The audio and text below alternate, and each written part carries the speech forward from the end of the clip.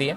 आज जब मैं न्यूज़ रूम पहुंचा तो इन्होंने फिर मेरे ऊपर जो है वो सवालों की बौछार कर दी। तो मैंने सोचा आज इनको पॉडकास्ट में साथ ही बैठा दिया जाए ताकि इनके जितने सवाल हैं वो आप भी सुने और उनके जवाब देने की मैं कोशिश करूंगा। तो शुरुआत करते हैं। अतिका, बताइए पहला आपका सवाल क्या है? हाँ, क्योंकि मुझे पता है कि ईरान और इजराइल पे आपसे अच्छा जवाब कोई मुझे कहीं से मिल नहीं सकता शुक्रिया है। शुक्रिया। तो इसलिए मैं सबसे पहले सवाल यही करूंगी कि मुझे सुनने में आ रहा है, कई रिपोर्ट्स मैंने पढ़ी जिसमें बताया जा रहा है कि रूस ईरान को हथियार सप्लाई कर रही है। इसमें कितनी हकीकत है? देखिए, ये जो सवाल आपने पूछा ये कई इंटरनेशनल मैगजीन्स में, न्यूज़ प्लेटफॉर्म्स पर वायरल हो रखा है इस समय। देखिए, ये खुलासा ये कह रहा है कि पिछले कुछ दिनों के अंदर रूस की तरफ से बड़ी मात्रा में ईरान को टीएनटी सप्लाई किया गया है, यानी वो मटेरियल जो एक्सप्लोजिव होता है, जो कि धमाके के काम आता है। इतना ही नहीं, ड्रोन्स भी सप्लाई किए गए हैं और कई एम्यूनिशन और हथियार सप्लाई किए गए हैं। देखिए, जो खबरें छपी हैं, in a stunning new disclosure, Russia is reportedly shipping explosives to Iran to help its fight against US। America के खिलाफ जो जंग है उसमें लड़ने के लिए रूस की तरफ से ये हथियार सप्लाई किए गए हैं। जो सवाल आपने किया इसमें जो है, अब सवाल ये है, देखिए, according to a report Moscow is sending TNT.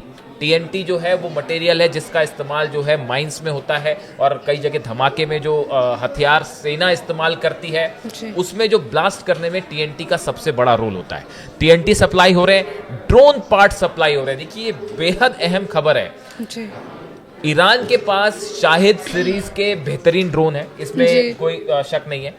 लेकिन रूस जिस तरह से यूक्रेन के खिलाफ जंग लड़ रहा है उस दौरान ईरान ने कई ड्रोन्स जो है शाहिद सीरीज के ड्रोन्स रूस को सप्लाई किए, जिसका इस्तेमाल यूक्रेन के खिलाफ किया गया। अब देखिए, हो ये रहा है, जो खबरें हैं उसके मुताबिक रूस ने इन शाहिद 136 ड्रोन्स को और एडवांस बना दिया है।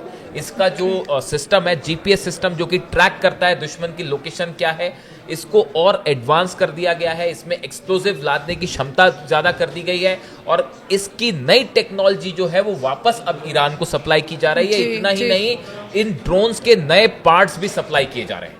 यानी जो खबर बता रही है कि टीएनटी सप्लाई किया गया है, ड्रोन पार्ट सप्लाई किए गए हैं, साथ में बड़ी मात्रा में एम्यूनिशन भी सप्लाई किए गए हैं, हथियार भी सप्लाई किए गए हैं। और देखिए, इसके अलावा जो एक अहम बात ये भी है, हमने पहले भी अपने दर्शकों को बताया कि अगर आप देखें इन पिछले 6 महीने के दौरान बार बार इस तरह की खबरें आई कि रूस जो है वो ईरान की मदद कर रहा है, हथियार सप्लाई कर रहा है। कई बार खबरें आई कि रूस के कार्गो जो प्लेन्स हैं वो लगातार तेहरान में लैंड कर रहे हैं, इस तरह की भी खबर थी। लेकिन ये खबर इस लिहाज से डिफरेंट है क्योंकि इस बार इस हथियार के खेप को सप्लाई करने के लिए समंदर का इस्तेमाल किया गया है। अतिका, ओके, तो इसमें मयंक जी ये भी बताया जा रहा है कि कैस्पियन सागर का इस्तेमाल किया जा रहा है हथियार भेजने के लिए। देखिए, ये जो कैस्पियन सी वाली बात है जो आप पूछना चाह रही हैं कि कैस्पियन सागर का ही इस्तेमाल क्यों है। देखिए, कैस्पियन सागर तो सबसे पहली बात ये समझने की जरूरत है, अगर आप इसकी लोकेशन देखें तो 5 देशों से ये घिरा हुआ है। और वो 5 देश कौन से हैं?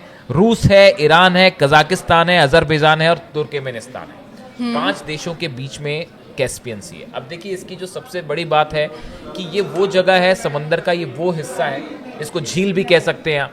ये वो हिस्सा है जो कि अमेरिका की नेवी से, इजराइल की नेवी या इजराइल के नज़र से या उनकी पहुंच से थोड़ा दूर है। देखिए, जिस तरह से हॉर्मुज में, लाल सागर में या ब्लैक सी में या दूसरी जगह जिस तरह से अमेरिका की फोर्सेस जो हैं, नेवी का इंटरफेरेंस है, यूरोपियन देशों का इंटरफेरेंस है, ऐसा इंटरफेरेंस जो है वो कैस्पियन सी में नहीं है। इसीलिए देखिए, खबर है deliveries allegedly move across the Caspian sea, a route conveniently out of the reach of western navies and sanctions. ये इंपॉर्टेंट इसलिए है, जो खबर छपी है कि अमेरिकन नेवी जो है वो और अमेरिका के जो सैंक्शंस होते हैं अलग अलग जहाजों पे, वो अभी कैस्पियन सागर में उतने ज्यादा नहीं है। मतलब रास्ता साफ है। कैस्पियन सागर आसान रास्ता है जिसका इस्तेमाल रूस ने किया। इसके साथ ही देखिए, on the more than 2 dozen mostly sanction Russian ships have supplied this material. इसमें ये कहा जा रहा है कि 2 दर्जन से ज्यादा, यानी कि करीब 24 से ज्यादा जहाज है, 24 से ज्यादा रशियन शिप्स हैं जिन्होंने ये हथियारों को ईरान पहुंचाया है। देखिए ये बहुत बड़ी संख्या है, 24 शिप्स अगर ये हथियारों को सप्लाई करने का काम कर रहे हैं तो पहली बात ये 1-2 दिन का काम नहीं है। ये जंग जैसे ही शुरू हुई उसके बाद से ही रूस ने ये प्रोसेस शुरू कर दी थी हथियारों की सप्लाई का।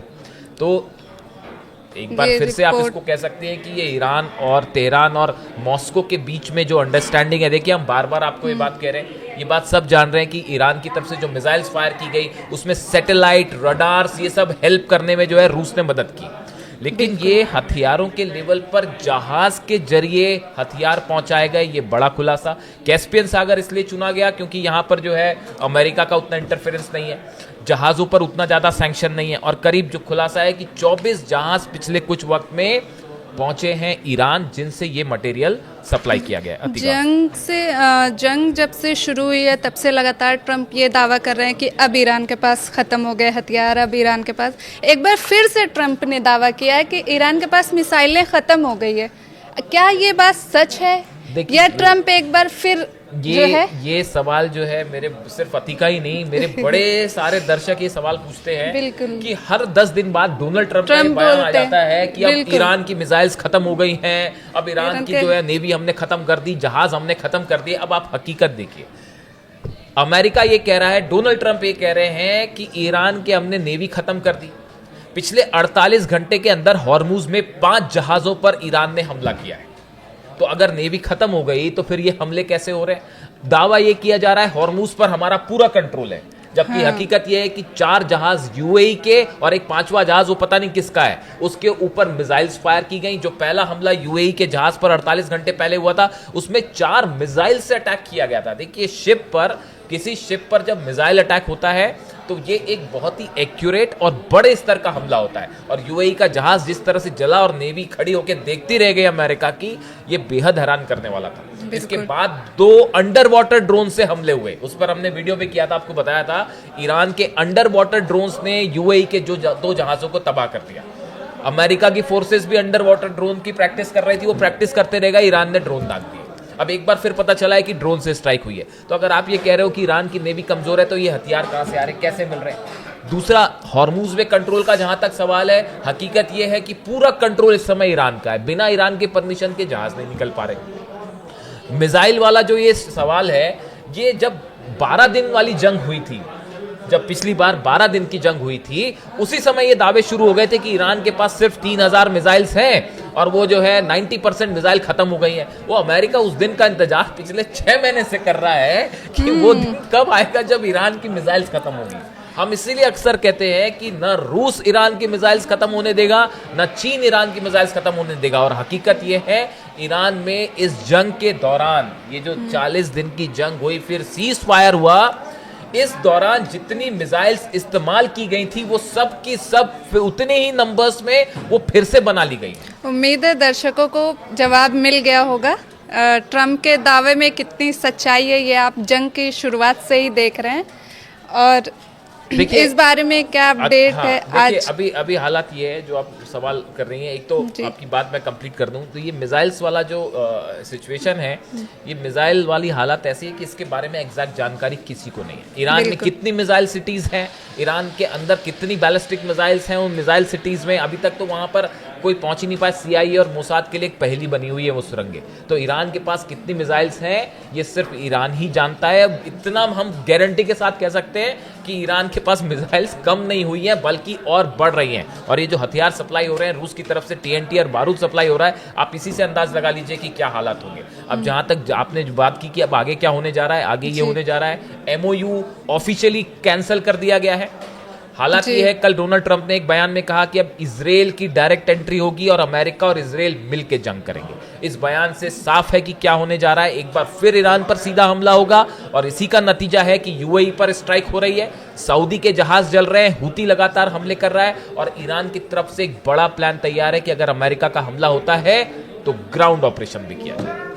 देखिए इस वक्त की बड़ी खबरें हमने आपको बताई और खासकर रशिया वाले जो अतिका के सवाल थे मैंने कोशिश की उसका जवाब देने की।